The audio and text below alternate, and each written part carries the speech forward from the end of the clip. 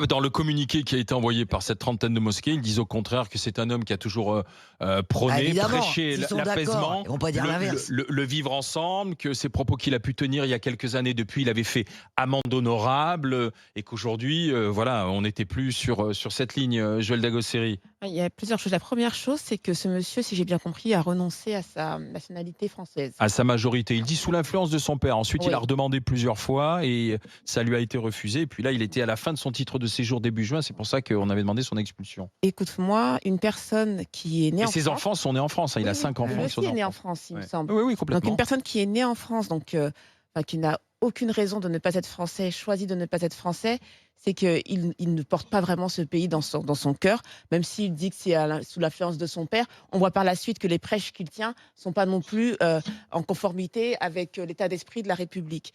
Donc déjà, moi, ça, enfin, je suis désolée, ce monsieur-là, même pour avoir un titre de séjour, je me poserais quand même question sur une telle personne. Enfin, moi, j'ai des frères et sœurs qui sont nés après la loi Pasqua, où tu ne pouvais plus, comme moi, être français directement, et qui ont choisi tout naturellement, une fois leur majorité, d'être français, parce que bah, tu es né ici. Enfin, c'est presque, j'ai envie de dire, une logique. Donc ça, c'est la première chose.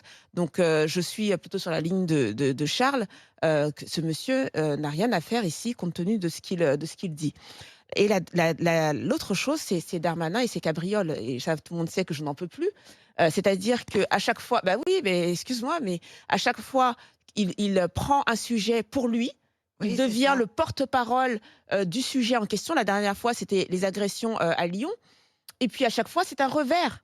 Donc il y a un moment, il faut qu'il se pose question sur sa façon de communiquer et de faire de la politique. Je crois qu'enchaîner les revers comme ça, c'est pas bon du tout, parce qu'en plus, ça donne l'impression aux Français que le gouvernement est impuissant, complètement. Oui, Parce qu'il surtout que là, le dossier mais était mal ficelé, mais quoi. c'est ça, Le c'est que dossier il se met en avant très, très, très, était très mal tôt, préparé, ouais. très, très tôt dans les dossiers. Il se met en avant très, très tôt. Il porte le dossier avant même la justice. Et donc, il y a un revers. Et ensuite, la population a l'impression que le gouvernement est impuissant. Alors qu'en fait, peut-être que c'était mal ficelé. Peut-être qu'il aurait dû attendre avant de communiquer. Donc, moi, je suis assez fatiguée des cabrioles de Darmanin. Ouais, parce Il que, faudrait vraiment qu'il se parce que, calme. parce que- Voilà, ça c'est bien, ça résume ce que je voulais dire. Tais-toi, agis et fais.